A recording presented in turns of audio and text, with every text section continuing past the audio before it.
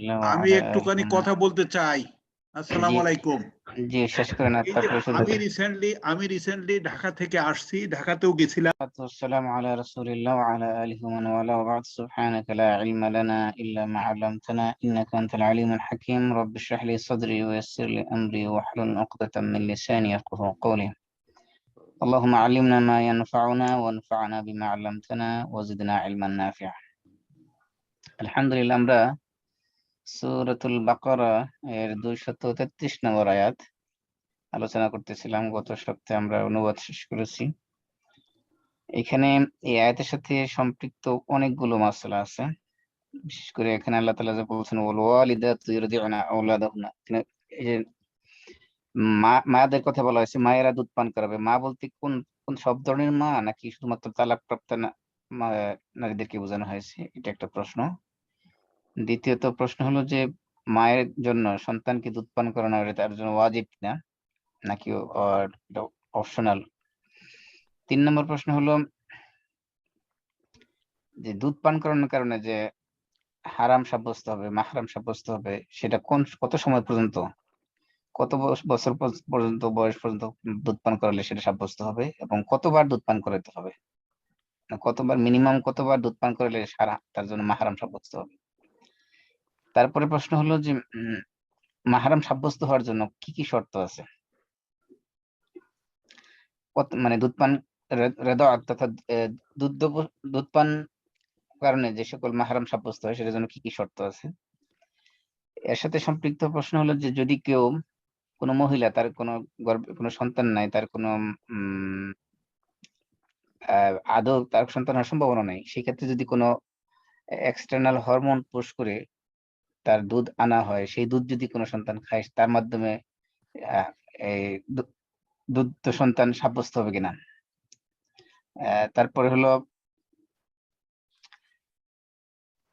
পিতা যে দুধ দুধ মাতার যে ভরণ পোষণ বহন করবে, সেক্ষেত্রে পরিমাণটা কিভাবে নির্ধারণ করা হবে, কতটুকু পরিমাণ খরচ সেখানে বহন করবে।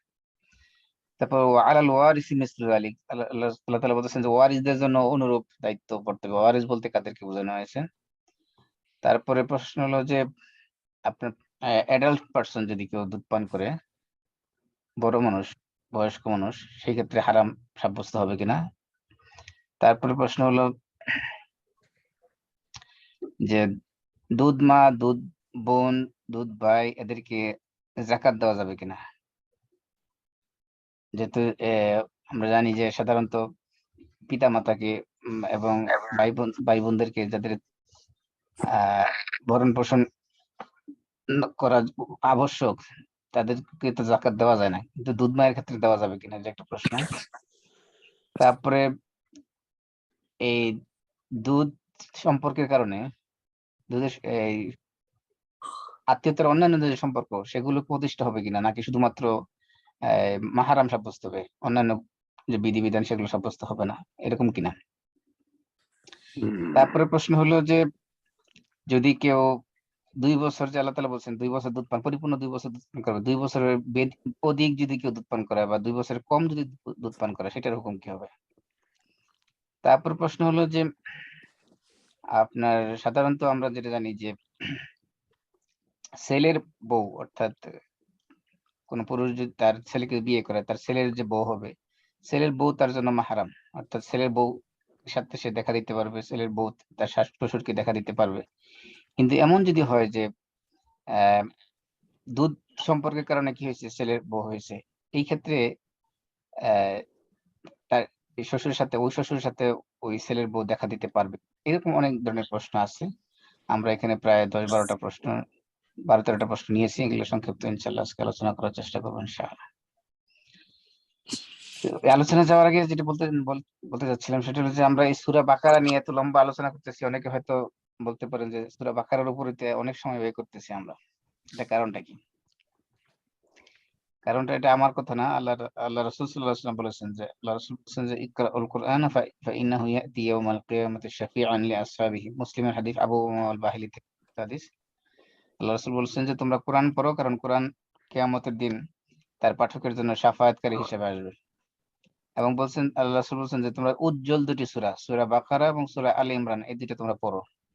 কারণ হলো কিয়ামতের দিন এই দুটা আহ, মাথার উপরে আসবে মেঘের মতো হয়ে, মেঘমালা হয়ে আসবে, অথবা সারিবদ্ধ দুই দুই দল পাখির ঝাঁক হিসেবে তোমাদের মাথার উপর আসবে। আইসা সেখানে কিয়ামতের দিন আল্লাহর কাছে বিতর্ক করবে যে তাকে, এই যারা যারা এই দুই সূরা পাঠ করেছে তাদেরকে জাহান্নাম থেকে মুক্তি দেওয়ার জন্য তাদের পক্ষ হয়ে শাফাআত করবে আল্লাহর কাছে। এবং ওই হাদিসের শেষে বলা হয়েছে ইকরাউল সূরাতুল বাকারা, তোমরা স্পেশালি সূরাতুল বাকারা তোমরা পড়ো, স্টাডি করো। কারণ কি? কারণ হলো ফা ইন্না আখযাহা বারাকা, এই সূরাটার গ্রহণ করাটা হলো একটা বরকত। সূরাতুল বাকারা গ্রহণ করা মানে হলো এই সূরাকে মুখস্থ করা, এই সূরাকে অনুধাবন করা, এই সূরা অনুযায়ী আমল করা, সবটাই এর ভিতরে শামিল। এই সূরা গ্রহণ করা হলো বারাকা, ওয়াতারকাহা হাসরা, এই সূরা বাকারাকে ছেড়ে দেওয়া, অর্থাৎ এটা মুখস্থ না করা, এটাকে স্টাডি না করা, এটার উপর আমল না করা, এটা হলো কিয়ামতের ময়দানে অনুশোচনার অনুতপ্ত হওয়ার কারণ হয়ে দাঁড়াবে। 3 নম্বর কারণ বলা হয়েছে ওয়ালা তাস্তাতিউহাল বাতালা, এবং এই সূরা বাকারা কোনো জাদুকর, কোনো ম্যাজিশিয়ান এটাকে নষ্ট করতে পারে না। অর্থাৎ এটা যে প্রভাব, সূরা বাকারার তেলাওয়াতের যে প্রভাব, এটা কোনো জাদু করে কি করতে পারে না, নষ্ট করতে পারে না। অর্থাৎ সূরা বাকারা যদি আপনি কোনো ঘরে তেলাওয়াত করা হয়, কোনো ব্যক্তি যদি তেলাওয়াত করে, সেই ঘরের মধ্যে কোনো জাদুর প্রভাব পড়বে না, ওই ব্যক্তির জীবনের উপরে কোনো জাদু না কেউ করতে পারবে না। এটা হলো এই সূরা বাকারার ফজিলত। এই কারণে আমরা মূলত সূরা বাকারা নিয়ে অনেক সময় দিচ্ছি। এবং আমরা জানি যে হযরত ওমর রাদিয়াল্লাহু তাআলা আনহু, উনি উনি তো মানাতো মাতৃভাষা আরবি, এবং আহ, উনি ইসলাম গ্রহণের পর থেকে রাসূল সাল্লাল্লাহু আলাইহি ওয়াসাল্লামের সাথে সঙ্গ দিয়েছেন, সময় দিয়েছেন ইসলাম শেখার জন্য, প্রচুর সময় ব্যয় করে।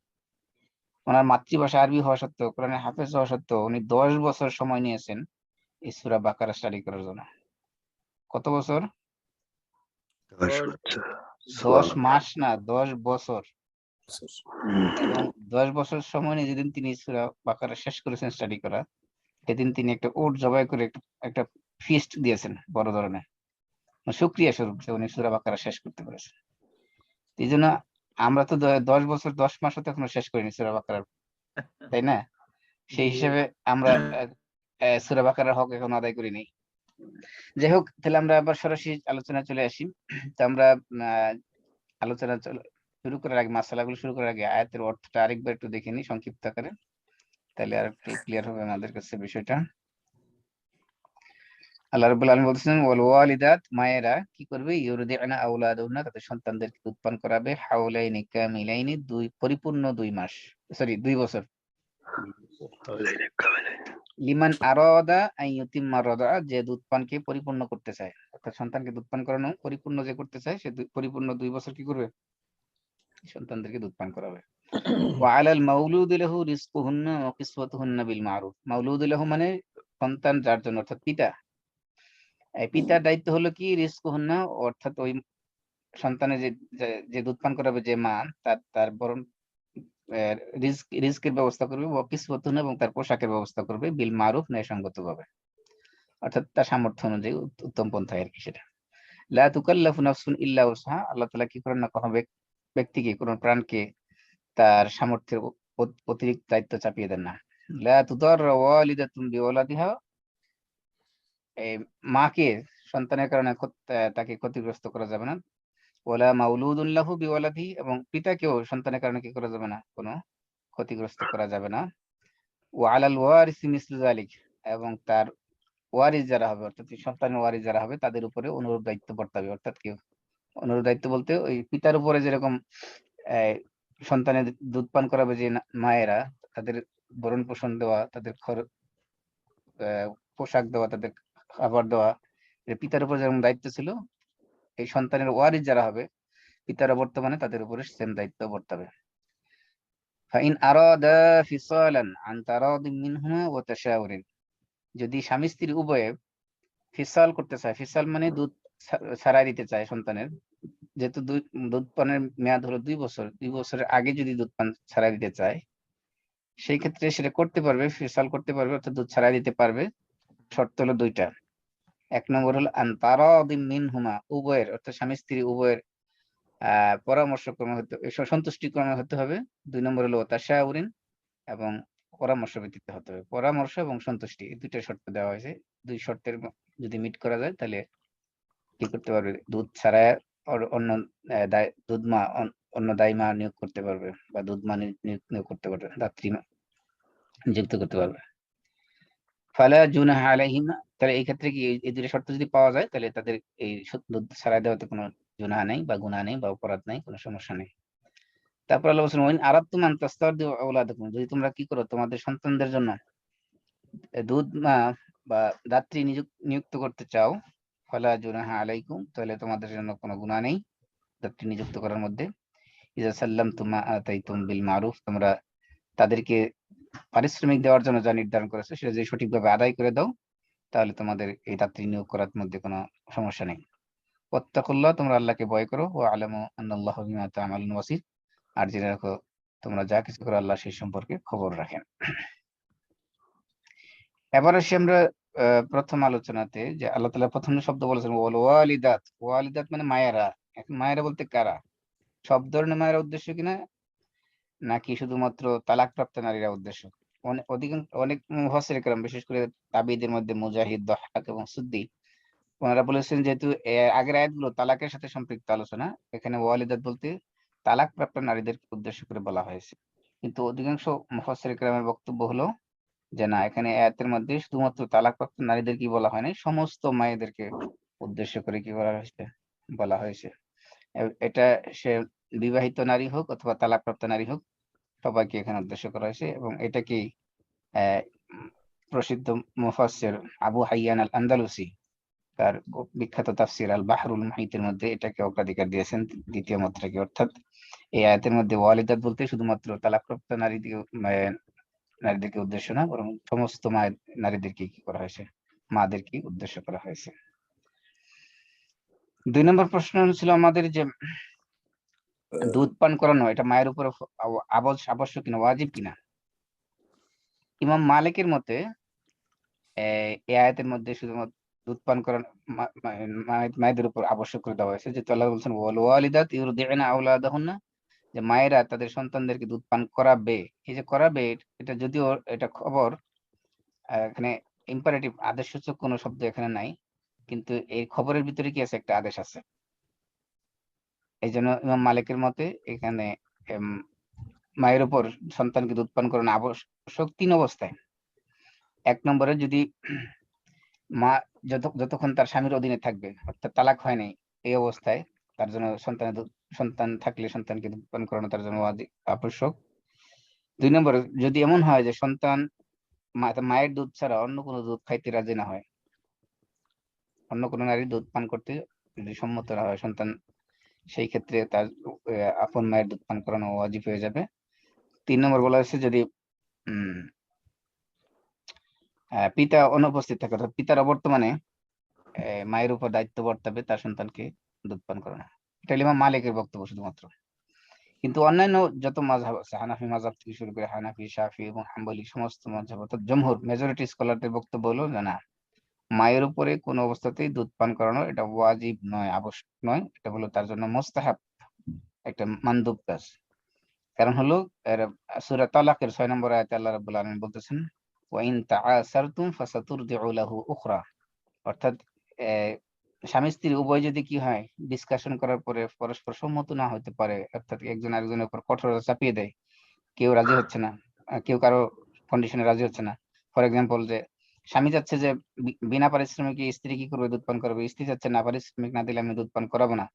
অর্থাৎ উভয়ে যার যার অবস্থানে মানে কঠোর হয়ে আছে, কেউ ছাড় দিতেছে না কাউকে।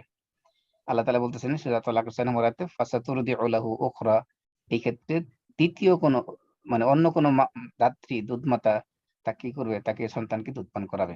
যেহেতু আল্লাহ তাআলা একটা অপশন রেখেছেন যে মায়ের জন্য আবশ্যক করে দেন নাই, বলছে যে অন্য দুধ মা কি করবে, বাচ্চাকে দুধ পান করাবে।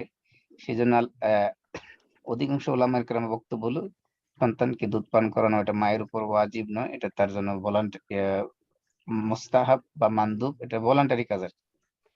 এজন্য আমি মাঝে মাঝে বলি যে ইসলাম নারীদেরকে যে অধিকার দিয়েছে, যদি এই অধিকার সম্পর্কে নারীরা সচেতন হতো, যদি জানতো, তাহলে সমস্ত নারীবাদী আন্দোলনকারী যত মহিলা আছে সমস্ত আন্দোলন বাদ দিয়ে বলতে যে ইসলাম যে অধিকার আমাদের দিয়েছে সেগুলো আমাদের দেওয়া আগে সবার আগে, হুজুরদের বিরুদ্ধে আন্দোলন করতে সবার আগে।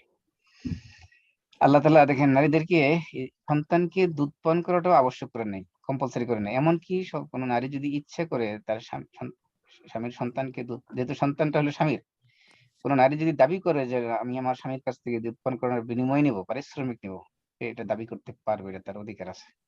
সুবহানাল্লাহ, এত পরিমাণ অধিকার ইসলাম নারীদেরকে দিয়েছে। তবে সন্তানকে দুধ পান করাবে, এটা হলো এটা এই কারণে, কারণ হলো তার সন্তানের জন্য এটা অধিক স্বাস্থ্যসম্মত, অধিক কল্যাণকর, এবং মায়ের যে মাতৃত্বের যে বেনিফিট, মাতৃত্বের যে স্নেহ, দয়া, পরবশ, মমতা, মায়া, এগুলো তার মায়ের মধ্যে জাগবে যদি সে সন্তানকে দুধ পান করায়। সন্তানকে দুধ পান না করালে সে মাতৃত্বের স্বাদ অনুভব করবে না, এবং সন্তানের সাথে মায়ের যে সম্পর্ক, মা এবং সন্তানের যে সম্পর্ক, তাদের স্নেহ ভালোবাসার যে সম্পর্ক, সেই ভালোবাসা তৈরি হবে না দুধ পান না করার না। যদিও এটা মানব কাজ বলা হয়েছে, তারপর এটা মায়েদেরকে এটা ইগনোর করা বা এটাকে গুরুত্ব কম দেওয়া কোনো অবস্থাতে উচিত নয়। তারপরে প্রশ্ন হলো যে কত বছর বয়স পর্যন্ত দুধ পান করলে মাহারাম সাব্যস্ত হবে? হানাফি মাযহাব ছাড়া অন্যান্য সমস্ত মাযহাবের বক্তব্য হলো, তিন মাযহাবের বক্তব্য হলো যে আল্লাহ তাআলা যেহেতু বলছেন, এর আগে বলেন এই মাসলা বলার আগে একটা গুরুত্বপূর্ণ বিষয়, সেটা হলো যে এই গত সপ্তাহে আমাদের সম্ভবত কোন এক ভাই প্রশ্ন করেছিলেন যে আল্লাহ তাআলা 2 বছর কেন ইয়ে করেছেন, ফিক্স করেছেন 2 বছর এই দুধ পান করাবে, পরিপূর্ণ 2 বছর দুধ পান করাবে, এর ভিতরে রহস্যটা কি? প্রথম কথা হলো যে 2 বছর দুধ পান করাবে, এটা কোনো লিমিট করা হয় না এই কারণে যে 2 বছরই দুধ পান করাতে হবে, বা 2 বছর কম করা যাবে না, বা 2 বছর বেশি করা যাবে না, বিষয়টা এমন না। তাহলে 2 বছরের ফিক্স করার মধ্যে রহস্যটা কি? রহস্যটা হলো এটা হলো তালাকের সাথে সম্পৃক্ত। তালাকের সাথে সম্পৃক্ত করে দেওয়া হয়েছে কারণ কি, যদি এমন হয় যে স্বামী স্ত্রীর মধ্যে তালাক হয়ে গেছে, এই ক্ষেত্রে সন্তান তো দুধ না খেয়ে কষ্ট পাবে, এটা তো হতে পারে না। সেই ক্ষেত্রে কি করেছে ইসলাম, ওই সন্তানের অধিকারটা নিশ্চিত করার জন্য একটা সময় সেট করে দিয়েছে। অর্থাৎ স্ত্রী যদি দুধ পান করাতে চায় সন্তানকে, তাহলে সে কতদিন দুধ পান করাবে? ম্যাক্সিমাম 2 বছর। 2 বছর আল্লাহ তাআলা কি করেছেন, লিমিট করে দিয়েছেন। অথবা স্ত্রী যদি চায় যে তার তাকে যে স্বামী তালাক দিয়েছে, ওই তালাক দেওয়া স্বামীর কাছ থেকে যদি সে সন্তানকে দুধ পান করার বিনিময় নিতে চায় বা পারিশ্রমিক নিতে চায়, সেই ক্ষেত্রে সে কতদিন পর্যন্ত পারিশ্রমিক পাবে? এই এই সকল বিষয়ে জটিলতার সমাধানের জন্য মূলত এখানে 2টা বছর ফিক্স করে দেওয়া হয়েছে। অর্থাৎ স্ত্রী যদি স্বামীর কাছ থেকে পারিশ্রমিক নিতে চায়, তাহলে সেই দুধ পান করানোর বিনিময় হিসেবে ম্যাক্সিমাম 2 বছর পর্যন্ত সে এই রিজকুহুন্না কিসওয়াতুহুন্না যে বলা হয়েছে, তার ভরণ পোষণ এবং পোশাক, এগুলোর খরচ সে নিতে পারবে ম্যাক্সিমাম 2 বছর পর্যন্ত। 2 বছর পরেও যদি সে দুধ পান করায়, অর্থাৎ 2.5 বছর বা তার 3 বছরের কাছাকাছি সময় পর্যন্ত যদি বাচ্চাকে দুধ পান করায়, তাহলে যে এর অতিরিক্ত যে সময়টা, সেই সময়ের জন্য সে কোনো পারিশ্রমিক হবে না, সেটা হবে ধরা হবে তার ভলান্টারি সার্ভিস হিসেবে। মূলত এই সকল জটিলতা নিরসনের জন্য মূলত কি করা হয়েছে, এই দুধ পানের যে ম্যাক্সিমাম যে সময়টা, লিমিটটা দেওয়া হয়েছে। এর মানে এই নয় যে 2 বছরের আহ, অধিক হয়ে গেলে দুধ পান করানো যাবে না, বা 2 বছরের কম হলে দুধ ছাড়ানো যাবে না। কারণ আল্লাহ তাআলা তো এই আয়াতের মধ্যে বলে দিয়েছেন কি, তোমাদের জন্য কি নাই, তোমরা যদি পরস্পর সম্মতিক্রমে এবং পরামর্শক্রমে কি করো, 2 বছরের আগেই কি করে দাও, দুধ ছাড়াই দাও, তাতে কোনো আমাদের কি নেই, সমস্যা নেই, কোনো গুনাহ নেই। আল্লাহই বলে দিয়েছেন এই আয়াতের মধ্যে। এতে বোঝা গেছে 2 বছর কমও দুধ ছাড়ানো যেতে পারে, আবার 2 বছর বেশিও দুধ ছাড়ানো, বেশি দুধ পান করানো যেতে পারে, তবে সেটা নির্ভর করবে সন্তানের কল্যাণের উপর। মনে রাখতে হবে সবসময় একটা মূল পয়েন্ট মনে রাখতে হবে, সেটা হলো যে দুধ পানের ইস্যুটা হলো সন্তানের মাসলাহাত, সন্তানের কল্যাণের সাথে সম্পৃক্ত। সন্তানের কল্যাণ যেটা হবে সেটাই করতে হবে। সন্তানের কল্যাণ যদি 2 বছর পরে দুধ পান করানো অব্যাহত রাখা যদি কল্যাণ করা হয়, সেক্ষেত্রে দুধ পান 2 বছরের বেশি দুধ পান করাইতে হবে। সন্তানের কল্যাণ যদি হয় না, 2 বছরের আগে দুধ ছাড়িয়ে দেওয়া, সেক্ষেত্রে 2 বছরের আগেই ছেড়ে দিতে হবে। এই জন্য মূলত বিষয়টা 2 বছরের মধ্যে সীমাবদ্ধ, শুধুমাত্র ওই বিশেষ করে বিভিন্ন আইনি জটিলতাকে সমাধান দেওয়ার জন্য মূলত এটা সেট করা হয়েছে। তাহলে আমরা পাইলাম যে প্রথম কথা হলো যে 2 বছরের মধ্যে যদি দুধ পান করানো হয়, সেই ক্ষেত্রে কি হবে, মানে দুধের যে সম্পর্ক সেটা প্রতিষ্ঠিত হবে। 2 বছরের অতিরিক্ত সময় যদি পরে যদি দুধ পান করানো হয় সেক্ষেত্রে সাব্যস্ত হবে না। কারো কারো মতে এটা হলো একটা অধিকাংশ স্কলারদের মত। আর আরেকটা মত হলো যে না, 2 বছর বলে কোনো কথা নাই, দুধ ছাড়ানো পর্যন্ত হলো মেয়াদ, অর্থাৎ দুধ ছাড়ার যে বয়স। এমন হতে পারে কোনো বাচ্চা 2.5 বছর দুধ পান করতে পারে, কোনো বাচ্চা 2 বছর 7 মাসও দুধ পান করতে পারে ফর এক্সাম্পল। তাহলে সে সে যেদিন থেকে দুধ ছাড়বে, মানে টোটালি দুধ ছেড়ে দিয়েছে আর দুধ খাচ্ছে না, ওই সময়ের আগে যে কোনো সময় যদি অন্য কোনো মায়ের দুধ পান করে তাহলে সে তার জন্য দুধ মা হিসেবে সাব্যস্ত হবে। এটা হলো আরেক গ্রুপ স্কলারের বক্তব্য। তাহলে আমরা এখানে ধরতে পারি যে মানে যেটা মিনিমাম লিমিট সেটা হলো যে 2 বছর মেয়াদ। 2 বছরের মধ্যে যদি দুধ পান করে কোনো বাচ্চা, তাহলে তার দ্বারা কি হবে, দুধ মা হিসাবে সাব্যস্ত হবে, দুধ ভাই দুধ বোন এগুলো সাব্যস্ত হবে। 2 বছরের পরে যদি কেউ দুধ পান করে, অথবা যদি 2 বছর আগেও যদি কেউ দুধ ছেড়ে দেয়, হ্যাঁ, দুধ ছেড়ে দেওয়ার পরে সম্পূর্ণরূপে দুধ পানের বয়স শেষ হয়ে যাওয়ার পরে, অর্থাৎ এখানে এই যে আরেকটা জটিল বিষয় আর কি, যে দুধ পানের ম্যাক্সিমাম লিমিট এখানে আলাদা 2 বছর কেন দিয়েছেন? কারণ 2 বছর এই কারণে দিয়েছেন, 2 বছর পরে যদি কেউ দুধ পান করে তাহলে সেটা দ্বারা কি হবে না, তার মানে দুধ মা সাব্যস্ত হবে না, দুধ ভাই দুধ বোন এগুলো সাব্যস্ত হবে না। এই কারণে আহ হানাফি মাযহাব এখানে একটা জটিলতা আহ, নিয়ে আসছে। সেটা হলো তারা বলতেছে যে না, দুধ পানের মেয়াদটা হবে 2.5 বছর। তাদের যুক্তি কি? তাদের যুক্তি হলো সূরা আহকাফের 15 নম্বর আয়াত, আল্লাহ বলছেন ওয়া হামলুহু ওয়া ফিসালুহু 30 শাহরান। সেখানে আল্লাহ বলছেন যে এ, মা তার সন্তানকে গর্ভধারণ করেছে এবং দুধ ছাড়িয়েছে 30 মাস সময় নিয়ে। এখন তারা 30 মাসটাকে কি ধরছেন? 30 মাস মানে কয় বছর? 2 বছর। 2 বছর হতে 24 মাস, আর হলো 6 মাস, মানে 2 বছর 6 মাস 2.5 মানে কি বছর। আড়াই আড়াই বছর। এই আয়াত থেকে ওনারা নিয়েছে কি, যে 2.5 বছর হলো দুধ পানের মেয়াদ। তো 2.5 বছর দুধ পানের মেয়াদ হলো কোথা থেকে? এখানে 6 মাস তো সে মায়ের গর্ভে ধরে নিয়েছে ম্যাক্সিমাম, মানে মিনিমাম ডিউরেশন যেটা, অর্থাৎ একটা বাচ্চা 6 মাসের মধ্যে ডেলিভারি হতে পারে। এই জন্য গর্ভধারণের সর্বনিম্ন সময় হলো 6 মাস। তো সেই জন্য 6 মাস যদি গর্ভধারণের সময় ধরে নিই, তাহলে তো বাকি থাকে 2 বছরই। 2.5 বছর হলে কোথা থেকে এখানে? এটা আমার বুঝতে আসে না কি হিসাবে এটা ওনারা দলিল দিয়েছেন। যাই হোক, তা আমাদের কাছে মূল বক্তব্য হলো যে 2 বছর মেয়াদ, যেহেতু অন্যান্য সহিহ হাদিস দ্বারা প্রমাণিত হয়েছে যে 2 বছর মেয়াদের মধ্যে যদি সন্তান দুধ পান করে, কেউ দুধ পান করে, তাহলে তার দ্বারা দুধ মা দুধ ভাই দুধ বোন এগুলো সাব্যস্ত হবে। 2 বছর পরে যদি কেউ দুধ পান করে, এটা 5 বার 10 বার খেলেও কোনো সমস্যা নেই, কোনো দুধ মা বা দুধ বোন হিসেবে সাব্যস্ত হবে না। এরপরে অ্যাডাল্ট কেউ দুধ পান করলে সেটা সাব্যস্ত হবে কিনা সেটার মাসআলা সামনে আসতেছে। এর আগে বলে নেই যে দুধ মা বা দুধ ভাই বোন এগুলো সাব্যস্ত হওয়ার জন্য, অর্থাৎ এই যে দুধের সাথে যে মাসালা, এটা সাব্যস্ত হওয়ার জন্য শর্ত হলো 2টা। 1 নম্বর শর্ত হলো যে দুধ পান হতে হবে 5 বার, মিনিমাম 5 বার দুধ পান করতে হবে। 2 নম্বর হলো এই দুধ পানটা হতে হবে এই ডিউরেশনের ভিতরে। ডিউরেশন কতটুকু বললাম? 2 2 বছর। বছর। 2 বছরের পরে যদি দুধ পান করে তাহলে এটা দ্বারা কি হবে না, দুধ বোন দুধ মা এগুলো দুধ ভাই এগুলো সাব্যস্ত হবে না। 1 নম্বর তাহলে। আর 2 নম্বর, প্রথম কন্ডিশন কি বলছিলাম? প্রথম কন্ডিশন দুধ পান করতে হবে কয়বার? 5 মিনিমাম বার। মিনিমাম 5 বার। তবে 5 বারের অধিক যদি হয় তাহলে তো হবেই, কিন্তু 5 বারের কম যদি কেউ 4 বারও দুধ পান করে তাহলে সেটা কি হবে না, সেটা দ্বারা দুধ ভাই দুধ বোন দুধ মা এগুলো সাব্যস্ত হবে না, অর্থাৎ দুধের সাথে সম্পৃক্ত যে মাসালা সেগুলো সাব্যস্ত হবে না। এখানে বারটা আমরা কিভাবে নির্ধারণ করবো? বারটা কি 5 বার বলতে 5 চুমুক নাকি 5 ঢোক নাকি 5 বার, কোনটা? এখানে বলা হচ্ছে যে না, একবার যখন সন্তান যখন মুখে দুধ নেবে, ওই দুধ ছাড়ার আগ পর্যন্ত যত সময় সে পান করবে ওই পুরোটা হলো একবার। আর সে যদি আবার দুধ ছেড়ে দিয়ে আবার যখন দুধ মুখে নেবে সেটাকে ধরা হবে আরেকবার।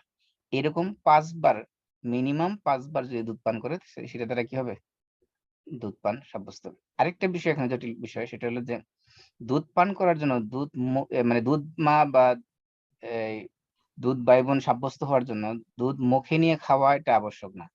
এমনকি যদি দুধ তাকে ফিডারে ভরে দেওয়া হয় বা গ্লাসে দিয়ে দিয়ে দেওয়া হয়, সেখান থেকে যদি পান করে তাতেও কি হবে, তাতেও দুধ বাই দুধের সম্পর্ক প্রতিষ্ঠিত হবে। তবে সেই ক্ষেত্রে ওই 5 বার দুধ পান করলে যে পরিমাণ দুধ হইতো ওই পরিমাণ দুধ তাকে কি করতে হবে, পান করতে হবে। তাহলে আসি আমরা পরবর্তী মাসালায়। একজন প্রশ্ন করেছে যে এক মহিলা, তার কোনো সন্তান হবে না, সে মেডিকেলি টেস্ট করে প্রমাণিত হয়েছে যে তার কোনো সন্তান হওয়ার কোনো সম্ভাবনা নেই। এই ক্ষেত্রে সে কি করেছে, সে মানে পালক সন্তান সে এনে লালন পালন করতেছে, 2টা সন্তানকে লালন পালন করতেছে। এখন এই সন্তান যেহেতু তার পালক সন্তান, পালক পুত্র, এই পালক পুত্রের সাথে তো তার মাহারাম সাব্যস্ত হয় না। এই সন্তান যখন বড় হয়ে যাবে তখন তো সে গায়রে মাহারাম হয়ে যাবে। এখন এই সন্তান যাতে তার মাহারাম হতে পারে সেই কারণে কি করেছে, সে দুধ পান করাবে। এখন দুধ পান করে তার তো দুধই নেই, খাবে কোথেকে বাচ্চাকে? এই সেজন্য কি করেছে, সে বাইরের থেকে হরমোন পুশ করেছে, ইনজেকশনের মাধ্যমে হরমোন পুশ করেছে যাতে তার দুধ আসে। শরীরের মধ্যে হরমোন নেওয়ার কারণে এখন তার দুধ আসে, এবং সেই দুধ সে বাচ্চাকে পান করাইছে তার দুধ মাসে হওয়ার জন্য। এখন প্রশ্ন হলো যে এই যে হরমোন প্রবেশ করে বাইরে থেকে ইম্পোর্ট দিয়ে তারপরে তাকে কৃত্রিম দুধ তৈরি করে সেটাকে বাচ্চাকে খাওয়ানো হয়েছে, এটা দ্বারা তার দুধ মা সাব্যস্ত হবে কিনা?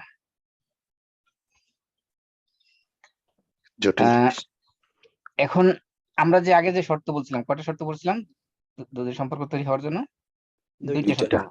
1 নম্বর কি, 5 বার খাইতে হবে মিনিমাম, 2 বছরের মধ্যে হতে হবে। এখন এই যে 2 বছরের মধ্যে বা 5 বার, এই 2টা শর্ত যেখানেই পাওয়া যাবে সেখানে কি হবে, দুধের সম্পর্ক প্রতিষ্ঠিত হবে। এখন এই দুধ হওয়ার জন্য ওই মহিলার বিয়ে হইতে হবে, সন্তান হইতে হবে, প্রসব করতে হবে, সন্তান প্রসব করতে হবে, এই ধরনের কোনো শর্ত নেই। তার দুধ, নিজের দুধ হইলেই হলো। এটা বিয়ের আগে, এমনকি সে যদি কুমারী থাকা অবস্থায় যদি এমন হয় তার দুধ আসে এবং সেই দুধ যদি কোনো বাচ্চাকে খাওয়ায়, তার মাধ্যমে কি হবে, দুধ মা হিসেবে সাব্যস্ত হবে।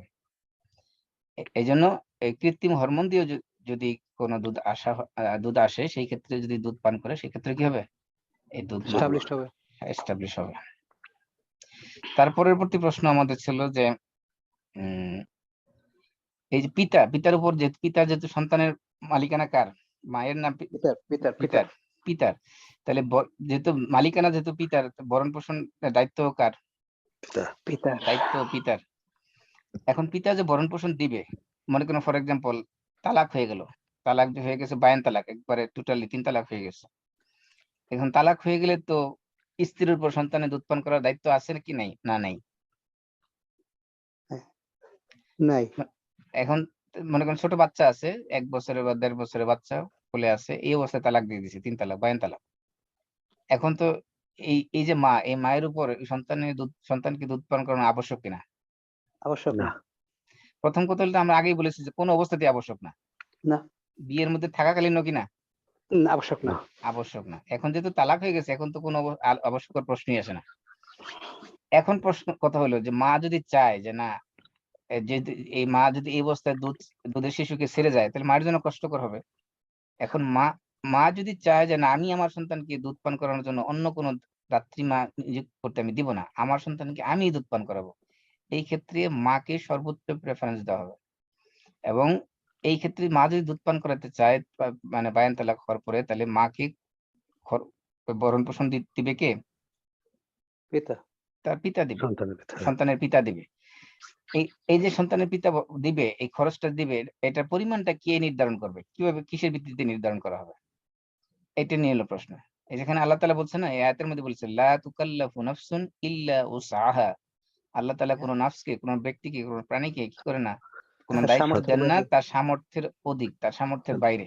তার মানে বোঝা গেছে যে এই তার পিতার উপরে খরচটা এমন ভাবে চাপিয়ে দেওয়া যাবে না যেটা তার জন্য কি হয়ে যায়, একটা বোঝা বা বার্ডেন হয়ে যায়। তার সামর্থ্য যতটুকু আছে, যতটুকু সে বহন করতে সক্ষম, অতটুকু খরচ কি করবে, সে বহন করবে। এটা সূরা তালাকের 7 নম্বর আয়াতে আরো স্পষ্ট করে বলা হয়েছে। আল্লাহ বলেন লিউনফিক যু সাআতিন মিন সাআতি ওয়া মান কুদিরা আলাইহি রিজকুহু ফালিউনফিক মিম্মা আতাহুল্লাহ। ওইখানে স্পষ্ট করে বলে দেওয়া হয়েছে যে প্রত্যেকে যার যার সামর্থ্য অনুযায়ী বলা হয়েছে যে যু সাআতি মানে যে সচ্ছল ব্যক্তি, সে কি করবে, খরচ করবে মিন সাআতি, তার সচ্ছলতা থেকে, ওয়া মান কুদিরা আলাইহি রিজকুহু, আর যার রিজিক আল্লাহ তাআলা সংকুচিত করে দিয়েছেন, ফালিউনফিক মিম্মা আতাহুল্লাহ, সে যেন আল্লাহ তাআলা তাকে যা দিয়েছেন সেখান থেকে খরচ করে। এর মানে খরচের যে ইয়েটা প্যারামিটারটা এটা আল্লাহ তাআলা নির্ধারণ করেছেন তার মানুষের সামর্থ্য অনুযায়ী। এটা আল্লাহ তাআলা ফিক্স করে দেন না যে কত পরিমাণ টাকা সে খরচ করবে তার সন্তানের অথবা ওই তার সন্তানের মায়ের জন্য। তারপরে প্রশ্ন ছিল ওয়ালাল আচ্ছা, ওই ওয়ালাল মাউলুদ লাহু রিজকুন না, যে পিতার উপরে যে রিজিক বলা হচ্ছে, পিতা রিজিক দিবে এবং কিসওয়া দিবে, কিসওয়া মানে পোশাক দিবে। এখানে বোঝানো হচ্ছে যে এটা দ্বারা দুইটা জিনিস বোঝানো হচ্ছে। এক নম্বর হলো যে এই 2 বছর মেয়াদের মধ্যে যদি তালাক হয়ে যায়, তালাক হয়ে গেলে তার সন্তানের যে মা, সেই মা হলো সন্তানকে দুধ পান করার জন্য অধিক হকদার, অধিক প্রেফারেন্স পাবে। এই ক্ষেত্রে 2 বছর মেয়াদের মধ্যে যদি ওই সন্তানকে দুধ পান করার জন্য কোনো দাত্রী নিয়োগ করতে চায়, সেই ক্ষেত্রে পিতার কোনো অধিকার নাই অন্য কোনো থার্ড মহিলাকে দাত্রী হিসেবে নিয়োগ দেওয়া। হ্যাঁ, থার্ড পার্সনকে। যদি মা রাজি থাকে সন্তানকে দুধ পান করার জন্য, তাহলে মাকে কি করতে হবে, এই দুধ পানের দায়িত্ব দিতে হবে এবং তাকে পারিশ্রমিক দিতে হবে দুধ পান করানোর জন্য। আরেকটা হলো যে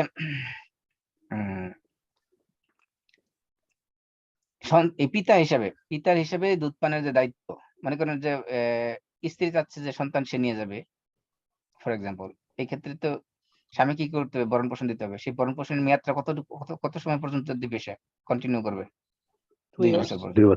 2 বছর পর্যন্ত।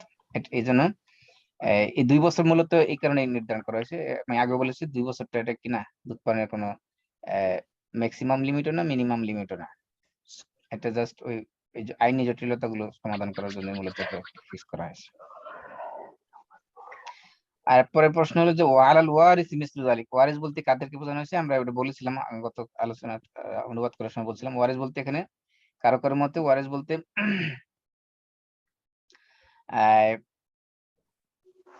স্বামী স্ত্রী উভয়ের দুইজনের যে কোনো একজনের অনুপস্থিতিতে অন্যজন হলো তার ওয়ারিস, অর্থাৎ এই সন্তানের ওয়ারিস বলতে বোঝানো হয়েছে। তার মনে করেন স্বামী মারা গেলে তাহলে ওয়ারিস হবে কে? স্বামী মারা গেলে সন্তানের ওয়ারিস বলতে বোঝানো হয়েছে তার স্ত্রী, অর্থাৎ সন্তানের মা।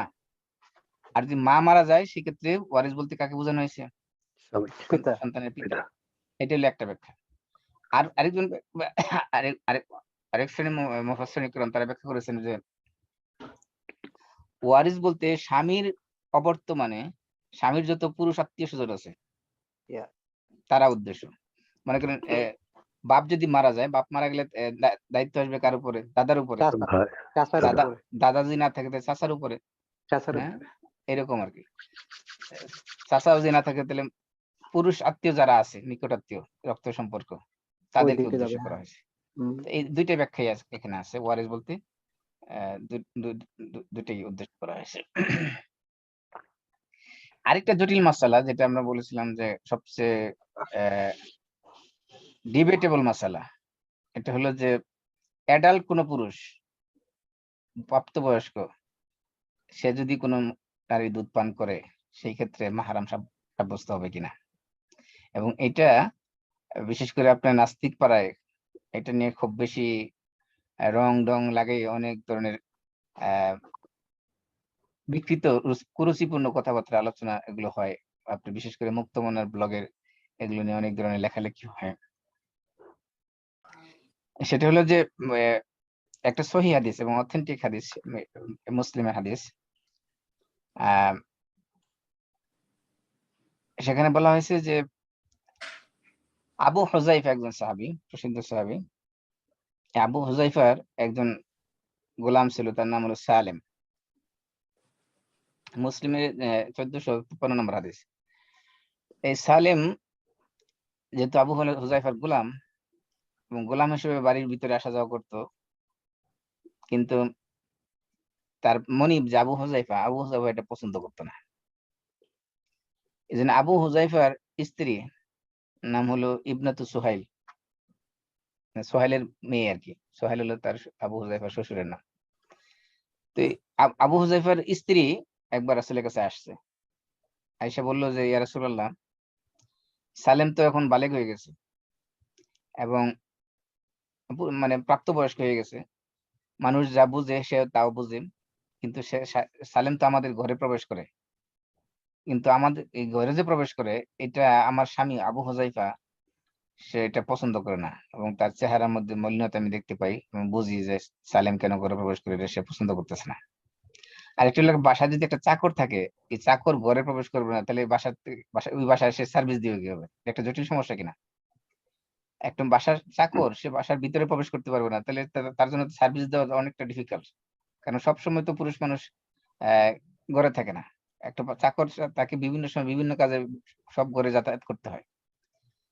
তখন আল্লাহ রসুল সাল্লাল্লাহু আলাইহি ওয়াসাল্লাম কাছে যখন এই আবু হুযায়ফার স্ত্রী এসে যখন এই নালিশ করলো, তখন আল্লাহ রসুল বলছেন আরদিহি তাহরুমি আলাইহি, তুমি তাকে দুধ পান করে দাও, তাহলে সে কি হয়ে যাবে? তোমার জন্য হারাম হয়ে যাবে। ওয়ায়াযহাবু আল্লাযী ফী নাফসি আবি হুযায়ফা, তাহলে দুইটা কাজ হবে যদি দুধ পান করলে। এক নম্বর হলো তুমি তার জন্য মাহরাম হয়ে যাবে, হারাম হয়ে যাবে।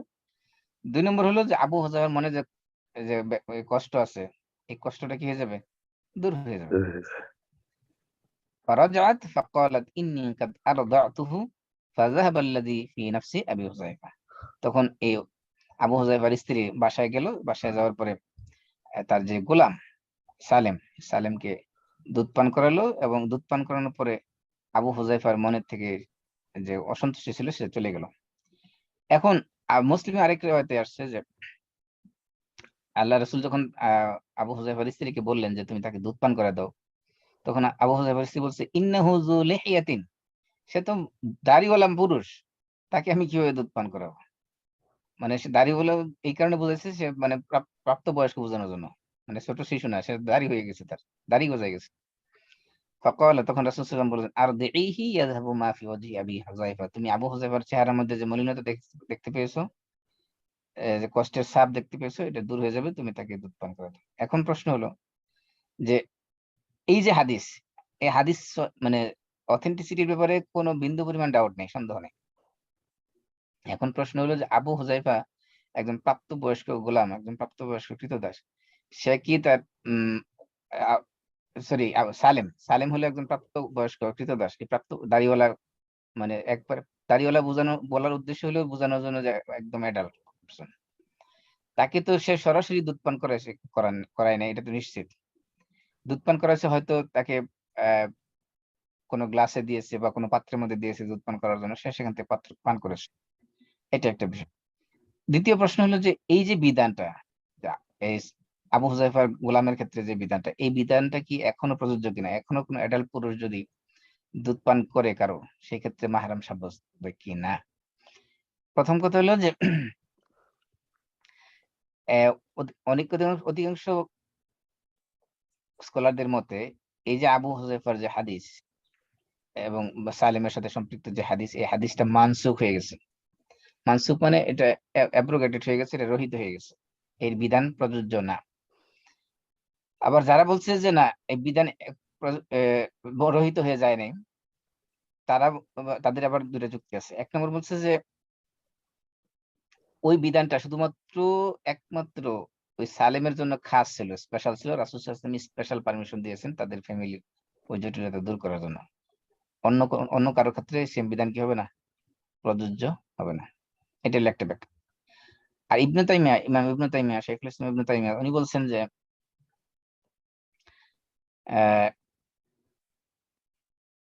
দুধ পানের যে কার্যকারিতা, এটা অবশ্যই বাল্যকালে হতে হবে, এবং বাল্যকাল বলতে শিশুকাল বলতে 2 বছর বয়সের ভিতরে হতে হবে, এটা হলো স্বাভাবিক নিয়ম। তবে যদি কোনো প্রাপ্তবয়স্ক ব্যক্তি যার এমন আনাগোনা আছে, অর্থাৎ ঘরের ভিতরে অন্দরমহলে প্রবেশের এমন পরিমাণ প্রয়োজন পড়ে যে ডেইলি তাকে কয়েকবার কমপক্ষে ঘরের ভিতরে যাতায়াত করতে হয়, যে ক্ষেত্রে পর্দা মেনটেন করা মানে ফ্যামিলির জন্য খুব দুঃসাধ্য হয়ে যায়, এই ক্ষেত্রে অর্থাৎ এই সালেমের যে অবস্থাটা তৈরি হয়েছিল আবু হুযায়ফার সংসারে, সেম অবস্থা যদি এখনো তৈরি হয়, তো এই অবস্থায় কি করতে পারবে? এরকম দুধ পান করানোর মাধ্যমে এই স্পেশাল বিধান এটা নিতে পারবে। তবে এটা হলো এক্সেপশনাল, এটা স্বাভাবিক না। স্বাভাবিক নিয়ম কি? স্বাভাবিক নিয়ম হলো যে দুধ মাতা সাব্যস্ত হবে কি 2 বছর মেয়াদের ভিতরেই। এটা হলো সম্পর্কে সংক্ষিপ্ত আলোচনা। অনেক বিস্তারিত আলোচনা আছে, এই বিষয়ের উপর বইও লেখা আছে, বিশেষ করে রিদাউল কাবির রিদাউল কবির মানে মানে feeding breast feeding adult person আর কি, ওই সংক্রান্ত মাসালা অনেক বিস্তারিত বই আছে, অনেক ইন্টারনেটে প্রচুর লেখালেখি আছে এগুলো নিয়ে, এই জন্য ওদিকে আর বিস্তারিত আমি যাচ্ছি না। তারপরে প্রশ্ন হলো যে দুধ পান করানোর রমজান মাস যদি চলে আসে সেক্ষেত্রে কি করবে? একজন মা তার সন্তানকে দুধ পান করালে সে রোজা রাখতে পারে না, অথবা রোজা রাখলে সন্তান দুধ পায় না, এই ক্ষেত্রে কোনটা তার জন্য উত্তম? সে কি সন্তানকে দুধ পান করানো উত্তম, নাকি উম রোজা রাখা উত্তম, সন্তানের দুধ দুধ ছাড়াই দেওয়া, অন্য কিছু খাওয়ানো? এটার জবাবে বলা হচ্ছে যে প্রথম বলে নি যে দুধ দুধ পানকারিনী মা এবং প্রেগনেন্ট উভয়ের জন্য একই বিধান এই ক্ষেত্রে, বিশেষ করে রোজার সাথে সম্পৃক্ত বিধান সেটা হলো যে এই যে দুধ পানকারিনী মাতা যে তার দুইটা অবস্থা হতে পারে। একটা অবস্থা হলো রোজার সাথে সম্পৃক্ত, দুইটা অবস্থা হতে পারে। প্রথম কন্ডিশন হলো বা সিচুয়েশন হলো যে এমন হতে পারে যে রোজা রাখার কারণে, রোজার প্রভাবে তার কি হয়ে যাচ্ছে, তার সন্তানের জন্য দুধ পান করার কষ্ট হয়ে যাচ্ছে, অথবা অর্থাৎ রোজা তার শরীরের মধ্যে এমন ভাবে প্রভাব বিস্তার করেছে, এমন ভাবে রোজার ইফেক্ট তার মধ্যে পড়েছে যে সে তার সন্তানের জন্য আশঙ্কা করতেছে সন্তান দুধ না পাওয়ার কারণে কষ্ট পাচ্ছে, এটা একটা। অথবা সে নিজেই টায়ার্ড হয়ে, এমন ভাবে টায়ার্ড হয়ে যাচ্ছে যে সে নিজের জন্য তার এটা কষ্টকর হয়ে যাচ্ছে রোজা রাখাটা, এটা একটা হতে পারে। আরেকটা কন্ডিশন হতে পারে যে না, সে রোজা রাখলে কি হয় না, তার মধ্যে এরকম প্রভাবই পড়ে না, সে স্বাভাবিক জীবনযাপন করতেছে, তার জন্য কোনো কষ্ট হচ্ছে না, সন্তানও স্বাভাবিক দুধ পাচ্ছে, কোনো সমস্যা হচ্ছে না, দুধের কোনো কমতি হচ্ছে না। এই যে দুইটা কন্ডিশন, এই দুইটা অবস্থার জন্য দুইটা বিধান। যদি এমন হয় যে রোজা রাখার কারণে তার মধ্যে কি আসে না, কোনো ধরনের কষ্ট আসে না, এবং সন্তানের দুধ পান করতে কোনো সমস্যা হয় না, সেই ক্ষেত্রে তার জন্য রোজা রাখা হলো ওয়াজিব। এই জন্য এই অবস্থায় তার রোজা ভঙ্গ করা তার জন্য জায়েজ নেই।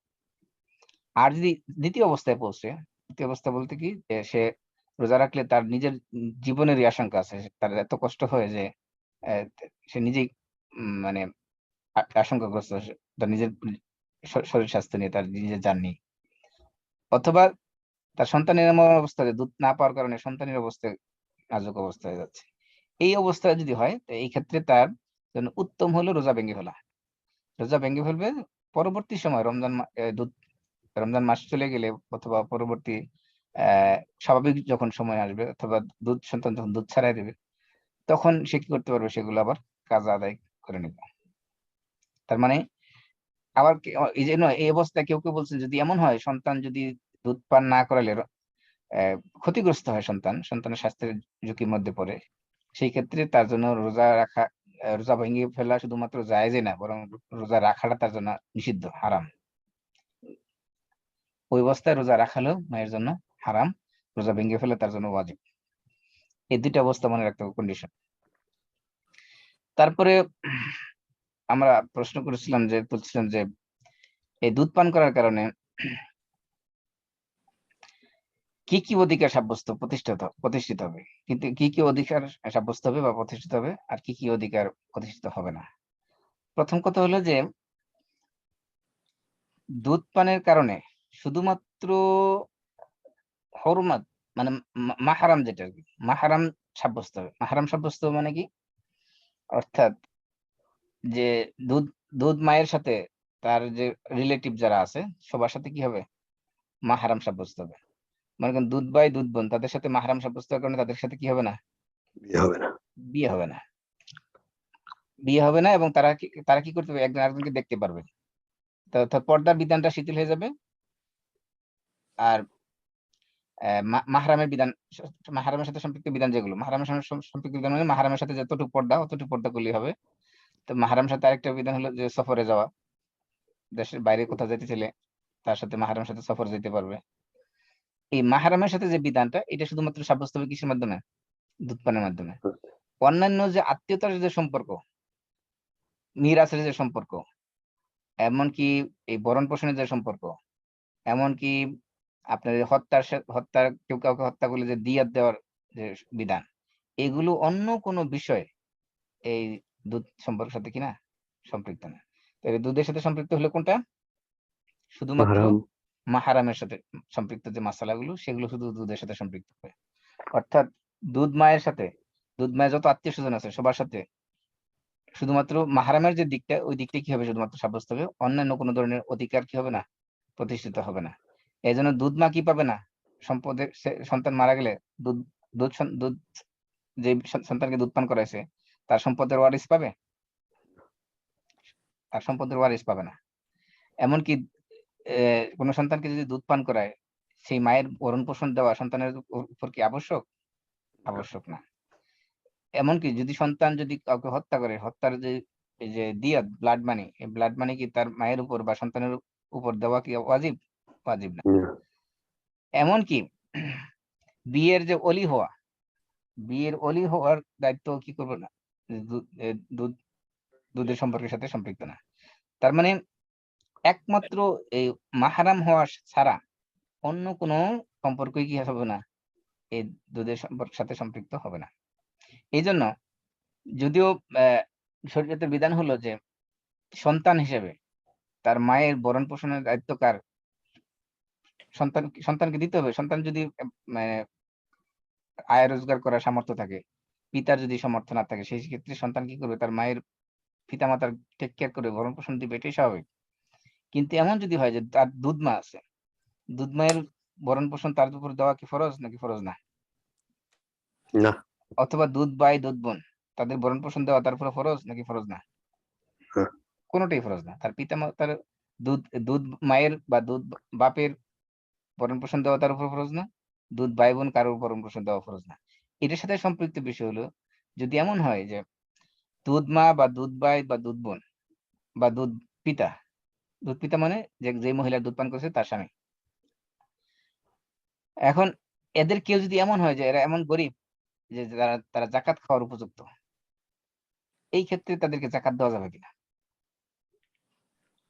এই ক্ষেত্রে প্রশ্ন হলো অবশ্যই তাদেরকে জাকাত দেওয়া যাবে, যেহেতু ওই দুধ মা, দুধ বাপ, দুধ ভাই, দুধ বোন, ওদের ভরণ পোষণ দেওয়া তার উপর কিনা শরীয়তের পক্ষ থেকে ওয়াজিব করে দেওয়া হয়নি।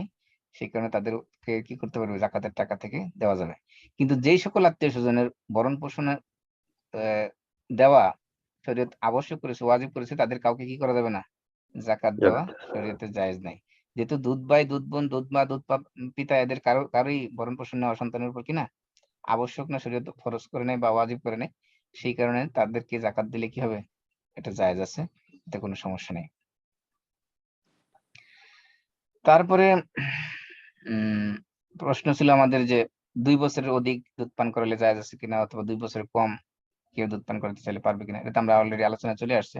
আমরা কি বলেছিলাম? আমরা বলছিলাম যে দুধ পানটা হলো সন্তানের মাসলাহাতের সাথে, সন্তানের কল্যাণের সাথে সম্পৃক্ত। যদি সন্তান স্বামী এবং স্ত্রী দুজনে চায় যে না 2 বছর আগে আমরা কি করব, সন্তানের দুধ পান ছাড়াই দেব, সন্তানের কল্যাণের কথা চিন্তা করে, সেই ক্ষেত্রে সেটা করতে পারবে। আর যদি তারা দেখে যে না 2 বছর সন্তানের শারীরিক গঠন যে অবস্থা, এই অবস্থা 2 বছর দুধ পান করলে তার জন্য এটা তার স্বাস্থ্যের জন্য ক্ষতিকর হবে, অথবা সে দুর্বল থেকে যাবে, তাকে আরো একটু বেশি পরিমাণ সময় দুধ পান করা উচিত। সেই ক্ষেত্রে 2.5 বছর থেকে 3 বছর পর্যন্ত দুধ পান করলে কি নেই, কোনো সমস্যা নাই, এটা জায়েজ আছে।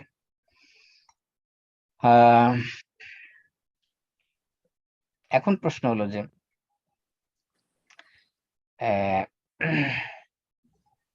দুধ ছেলের যে বউ, সাধারণত ছেলের বউ কি, ছেলের বউয়ের সাথে শ্বশুরের সম্পর্ক কি মাহরাম কিনা? হারাম। ছেলের বউ আর শ্বশুর হলো মাহরাম। কিন্তু যদি এমন হয় যে শ্বশুর হলো দুধ শ্বশুর মানে ছেলে, মনে করেন ফর এক্সাম্পল দুধ ছেলের বউ আর কি। যে আপনার স্ত্রী একটা ছেলেকে দুধ পান করাইছে, এখন আপনার সাথে ওই ছেলে সম্পর্ক কি? দুধ ছেলে। আপনি হলেন দুধ বাপ, ঠিক না? তাহলে এখন আপনার ওই যে দুধ ছেলে, যে এই দুধ ছেলে যদি বিয়ে করলে তার যে স্ত্রী হবে, ওই স্ত্রী কি আপনার মাহারাম হবে কিনা?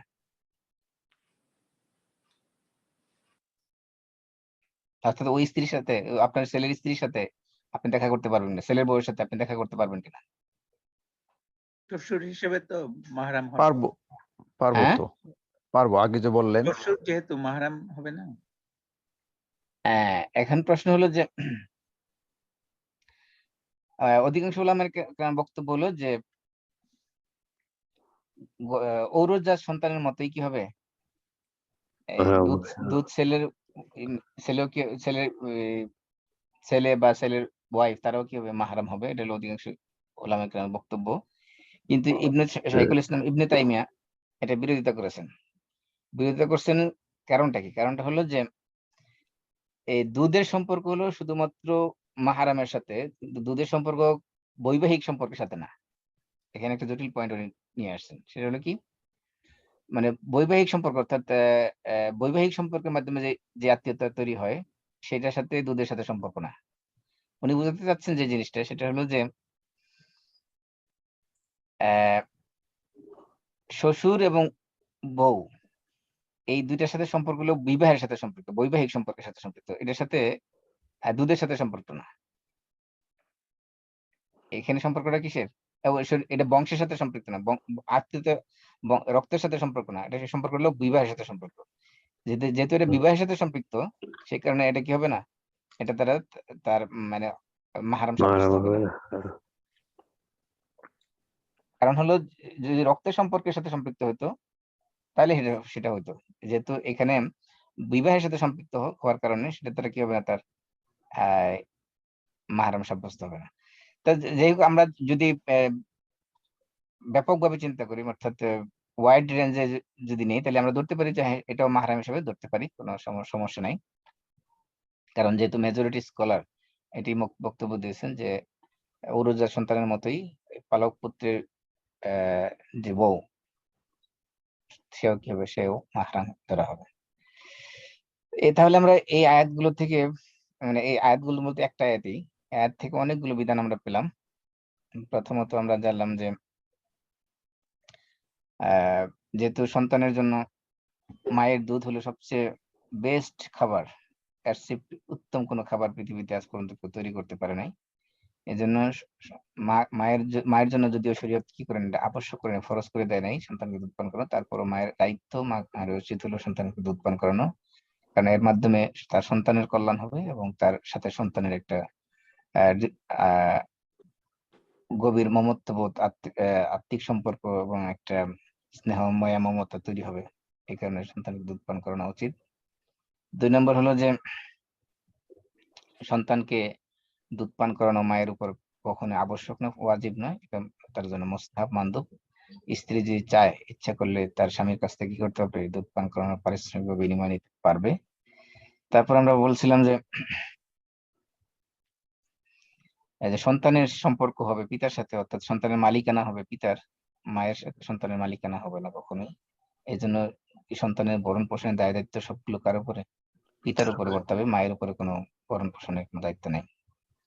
আর এই যে ভরণ পোষণের যে খরচটা, এটা নির্ধারিত হবে পিতার সামর্থ্য অনুযায়ী। পিতা যদি সচ্ছল হয় তাহলে তার সচ্ছলতা অনুযায়ী খরচ করবে, যদি অসচ্ছল হয় সেই অনুপাতে সে খরচ করবে। তারপরে বিষয় ছিল যে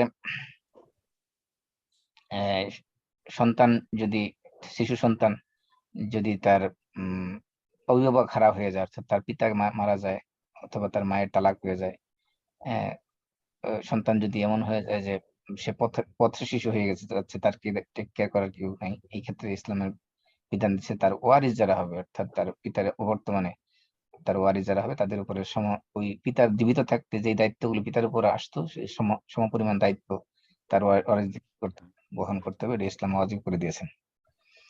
তারপর আমরা জানছি যে সন্তানের দুধ ছাড়ানোর বয়স হলো 2 বছর।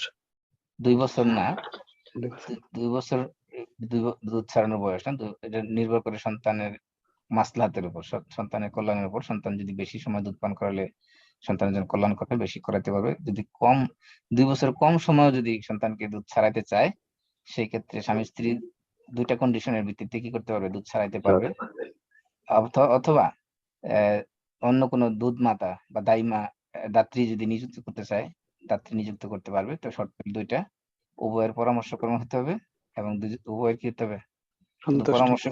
পরামর্শ করে নিজের মত চাপাই দিলে হবে না, যে আমি পরামর্শ সন- দিলাম এবং এটা আমার সিদ্ধান্ত, এরকম না। ডিক্টেটরশিপ কায়েম করা যাবে না। পরামর্শ করতে হবে, প্লাস কি করতে হবে, উভয়ের সন্তুষ্টি। কনসেন্ট থাকতে হবে, সেখানে সন্তুষ্টি থাকতে হবে, তারা দিয়ে হতে হবে। এটাই এই টাফ। হ্যাঁ, সাধারণত স্বামী স্ত্রী দুজনে কখনো মিলতে পরামর্শ চায় না করা নাকি? যায় কিন্তু সন্তুষ্টিটা টাফ। দুজনে একমতে পৌঁছা কঠিন হয়ে যায়, তাই না? এটা আল্লাহর বিধান, আল্লাহ তাআলা যেহেতু দিয়েছেন এর ভিতরে অবশ্যই কল্যাণ আছে।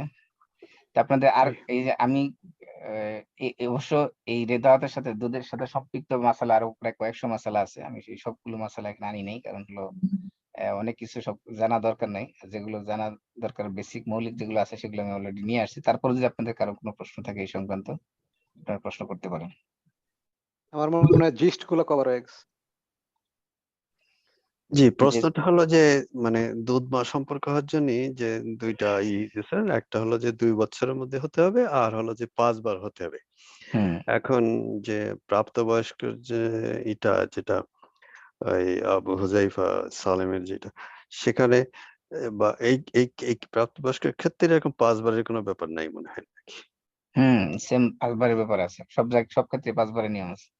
আচ্ছা। এখানে আরেকটা বিষয় বলে নেই, যেহেতু প্রাপ্তবয়স্কের ব্যাপার আসছে, অনেকে হয়তো লজ্জায় বলতে পারতেছে। এমন যদি হয় যে হাজবেন্ড যদি ওয়াইফের দুধ যদি তার মুখে চলে যায় কোনো অবস্থায়, সেই ক্ষেত্রে সেটা হারাম হয়ে যাবে কিনা, এবং সেটা যদি 5 বার হয় বা তার অধিক হয়ে যায়, সেক্ষেত্রে হারাম হবে কিনা। এই ক্ষেত্রে বক্তব্য হলো না, এই ক্ষেত্রে কখনোই হারাম সাব্যস্ত হবে না, কারণ হারাম সাব্যস্ত হওয়ার জন্য নিয়ম হলো যে দুধ পান করতে হবে 2 বছর বয়সের মধ্যে। জি। জি, আর কোনো প্রশ্ন? যে আপনারা যদি করেন না, এই জন্য আরেকটা প্রশ্ন আছে আমি ইমাম উত্তর দিয়ে সাহেব। দিলাম। জি বলেন। প্রশ্ন হচ্ছে, এই তো শুনি মায়ের পদতলে সন্তানের বেহেশত, কিন্তু এখন তা শুনছি সন্তানের সম্পূর্ণ দায়িত্ব না, সন্তানের উপরে অধিকার হলো বাবার, মায়ের সন্তানের উপরে কোনো অধিকার নেই। এই যে কথাটা যদি সত্য হয়, তা বলছেন কোরআন বলছে সেটা সত্য, সুতরাং মায়ের পদতলে সন্তানের বেহেশত, এ কথার যৌক্তিকতা কোথায়? মাশাআল্লাহ, সুন্দর প্রশ্ন করেছেন। প্রথম কথা হলো যে পায়ের তলে সন্তানের বেহেশত হলে মাকে দায়িত্ব নিতে হবে, এটা তো জরুরি না। বরঞ্চ দায়িত্ব না নেওয়াটাই হলো অধিক সম্মানের। আপনি যদি কাউকে টাকা পয়সা খরচ করে তার অধিকার নিলেন, এটা বেশি সম্মানের, নাকি তাকে কোনো টাকা পয়সা আপনি খরচ করলেন না, বরং উল্টা আপনার পিছনে এসে টাকা খরচ করলো, কোনটা বেশি সম্মানের? যেভাবে প্রশ্ন করেছেন, আপনি আমাকে রেসপন্স করেন। আপনি মনে করেন আমি আপনি আপনি মনে আপনি করেন যে রেসপন্স করেন। আপনি খরচ করলেন, মনে করেন রাইট, আপনি খরচ করে আপনি একটা অধিকার পাইলেন, যে আমি আমার রাইট। সন্তানের অধিকার পেলাম। আর একটা হলো মা কোনো টাকা পয়সা খরচ না করেই সে তাকে মানে তার পায়ের নিচে তার জান্নাত দিয়ে দেওয়া হয়েছে, তো কোনো টাকা পয়সা খরচ করা লাগবে না, এমনিতেই সে সম্মানিত হয়ে গেছে। কিন্তু ইসলাম কেন? তাকে, প্রশ্ন হচ্ছে কেন? আমার কথা হলো যে কোনটা বেশি সম্মানের, খরচ করে অধিকার নেওয়া সম্মানের, সম্মানের, নাকি খরচ না করে খরচ না অধিকার করে, পাওয়া? খরচ না করে পাওয়াটাই সম্মানের। হ্যাঁ, খরচ না করে পাওয়া সম্মান। আরেকটা দেখেন, ইসলাম কিন্তু সন্তানের উপর আবশ্যক করে দিয়েছে তার মায়ের ভরণ পোষণ দেওয়া। যদিও ইসলাম সন্তানের অধিকার মাকে দেয় নাই, কিন্তু ছেলের উপরে আবশ্যক করে দিয়েছে, তার পিতার যদি অসচ্ছল থাকে, পিতা টাকা পয়সা রোজগার করতে না পারে, সেই ক্ষেত্রে তার ছেলের উপরে দায়িত্ব দেওয়া হয়েছে, ফরজ করে দেওয়া হয়েছে তার মায়ের কি করা, ভরণ পোষণ নেওয়া। তাহলে এটা কি মায়ের জন্য মায়ের অধিকার বাড়াই দেওয়া হয়েছে না কমাই দেওয়া হয়েছে? বাড়িয়ে দেওয়া হয়েছে। কিন্তু আমার জি, প্রশ্ন উল্টা দিকে, জি বলেন। কিছু না করেই মাকে দেওয়া হলো, আর সন্তানের রিয়েল অভিভাবক হচ্ছে বাবা, হুম, তাহলে কি একটু কনফ্লিক্ট হচ্ছে না? কনফ্লিক্টটা কোন জায়গায় সেটা বলেন। কনফ্লিক্ট হচ্ছে যে বাবা যদি সন্তানের অভিভাবক হয়ে থাকে, বাবাই যদি সব করবে, তাহলে বাবার পদতলেই তো ব্যস্ত হইতে পারতো। না, বিষয়টা এখানে হলো এটা সম্মানের বিষয়। আল্লাহ তাআলা এক একজনকে এক একভাবে সম্মানিত করেছেন। মাকে আল্লাহ তাআলা পিতার চেয়ে 3 গুণ বেশি অধিকার দিয়েছেন, সম্মান দিয়েছেন।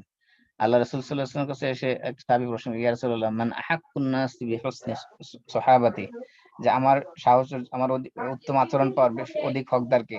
আল্লাহ রাসূল বলছেন উম্মুকা, তারপরে বলছেন সুম্মা মান, তারপরে কে, তারপর বলছেন উম্মুকা তোমার মা, তারপরে কে, তারপরে তোমার মা। এজন্য ডক্টর জাকির নায়েক উনি বলছিলেন ওইদিন যে এমন অবস্থাটা এমন যে 100-র মধ্যে 90 মাকে দেওয়া হলো, আর আর 10 বাবাকে সান্ত্বনা পুরস্কার দেওয়া হলো। মানে 90% মর্যাদাই মাকে দেওয়া হলো। এই যে মাকে মর্যাদা দেওয়া হয়েছে, মায়ের পায়ের নিচে সন্তানের জান্নাত দেওয়া হয়েছে, এত কিছু দেওয়া হয়েছে, এখানে সন্তানের মালিকানা দেওয়া হয়নি, কারণ মালিকানার সাথে এখানে ভরণ পোষণের দায়িত্ব সম্পর্ক। আর ভরণ পোষণের দায়িত্ব না মানে হলো মাকে কাজ করতে হবে, মাকে শারীরিক পরিশ্রম করতে হবে, চাকরি করতে হবে, ব্যবসা বাণিজ্য করতে হবে, তাকে টাকা রোজগার করতে হবে, সন্তানের ভরণ পোষণ। ইসলাম চায় না যে নারীকে তার সাধ্যের অতিরিক্ত দায়িত্ব তার উপর চাপিয়ে দেওয়ার জন্য। কারণ এই যে সন্তানের দায়িত্ব নেওয়া মানে হলো তার উপরে সন্তানের ভরণ পোষণের দায়িত্ব চলে আসা, তার আহ, টাকা পয়সা ইনকাম করা, সন্তানের লেখাপড়া নিয়ে চিন্তা করা, তার ভবিষ্যৎ নিয়ে চিন্তা করা, এই যে টেনশন গুলো, এই যে দায়িত্ব গুলো, এই যে হার্ড জব গুলো, এগুলো মায়ের উপর, নারী জাতির উপর ইসলাম কখনো চাপাই দিতে চায় না। এগুলো পুরুষের কাজ পুরুষের উপর চাপাই দিয়েছে, নারীকে তার মাতৃত্বের জন্য, তার জন্য যেগুলো সমীচীন, তার জন্য যেগুলো মানে ভদ্রচিত যে কাজগুলো, সেগুলো তার উপর দিয়েছে। ইসলাম কখনো কঠিন কাজ মানে নারীদের উপর আবশ্যক করে নেই, চাপাই দেয়নি। এখানেই নারীদের সম্মান করে দিয়েছে ইসলাম। Yes, yes, that's fine. Yeah. জি, আর কোনো প্রশ্ন? মাসুম ভাই, যে এখানে একটু বললেন যে স্বামী যদি অপারগ হয় তাহলে এটা কি শুধু ছেলে, না যে কোনো সন্তানেরই দায়িত্ব বাবা মাকে টেক কেয়ার করা? মানে যে সন্তান তো অবশ্যই দায়িত্ব। মানে পার্টিকুলারলি ছেলের কথা তো বলা হয় নাই, মেয়ে ছেলে দুজনেই, তাই না? সন্তান যেই হবে, যদি সন্তানের সামর্থ্য থাকে, প্রশ্ন হলো যদি সামর্থ্য থাকে। আচ্ছা, সন্তান যদি সচ্ছল হয়, এমন যদি অবস্থা যে সন্তান নিজেরই ভরণ পোষণ সে আয় করতে পারে না, নিজের টেক কেয়ার নিজে করতে পারে না, সেক্ষেত্রে মায়ের দায়িত্ব সে কিভাবে নেবে? আচ্ছা, আচ্ছা। না, সেই সন্তানের ক্ষেত্রে কোনো আলাদা করা নাই, ছেলে বা মেয়ে সবাই, না, সবার উপরে আবশ্যক। আচ্ছা, হ্যাঁ, এটা একটু ক্লিয়ার। যদি সচ্ছল থাকে আর কি। জি জি, আর কোনো প্রশ্ন নাই? ওকে, তাহলে আমরা শেষ করে দিচ্ছি। সবাই কাফারাতুন মাসুম ভাই, জি বলেন। সময় হবে কি 1 মিনিট, একটু অফ মানে ডিফারেন্ট টপিকস, 1 বলেন। মিনিট যদি সময় হয়। তো ওই যে গতকালকে একটা জিনিস দেখলাম, আপনারা হয়তো দেখছেন, যে হিউম্যান বডিতে একটা অ্যানিমেলের অর্গান ট্রান্সপ্লান্ট করা হলো। এটা আমাদের কোরআন সুন্নাহর আলোকে এটা কি? আমরা অনেক সময় বিভিন্ন পার্ট আগে জানতাম যে বাল্ব টাল্ব করে, কিন্তু এখন একদম এন্টায়ার অর্গান ট্রান্সপ্লান্ট করা হয়েছে। একটু যদি বলতেন সংক্ষেপে। অর্গান বলতে কি ধরনের অর্গান? হার্ট। এটা হলো একজন লোক তার মানে হার্টের অবস্থা এত যে তার হার্টের অবস্থা একদম টার্মিনাল না। স্টেজে আছে। তো এখন পিগের হার্ট এনে, এটা অনেক মানে ব্যাকগ্রাউন্ড আছে, পিগের হার্ট কেস এটা জেনেটিক্যালি মডিফাই করছে যেন রিজেকশন কম হয়, ইত্যাদি ইত্যাদি। তো এটা সার্জিক্যালি ট্রান্সপ্লান্ট করে এখন হিউম্যানকে দেওয়া হয়েছে। গত 4 দিন যাবত সে ভালো আছে, আমি দেখতেছি, খুব ক্লোজলি মনিটর করতেছি। তো এটা হঠাৎ করে আমার আগ্রহ জাগলো। এমনি তো মেডিকেল এথিক্স এর ব্যাপার আছে, কিন্তু আমাদের মানে কোরআন আলোকে, সুন্নাহর আলোকে এটাকে কিভাবে দেখা উচিত? এটা আসলে একটা, যেহেতু প্রথম কথা হলো যে এটা হুট করে বলা ঠিক হবে না, কারণ যেহেতু ইস্যুটা নতুন এবং এটা একটা ডিবেটেবল ইস্যু, অবশ্যই এই ব্যাপারে স্টাডি করতে হবে। ইভেন ডাক্তাররাও অনেকে এটা এথিক্যালি রিজেক্ট হ্যাঁ, করতেছে।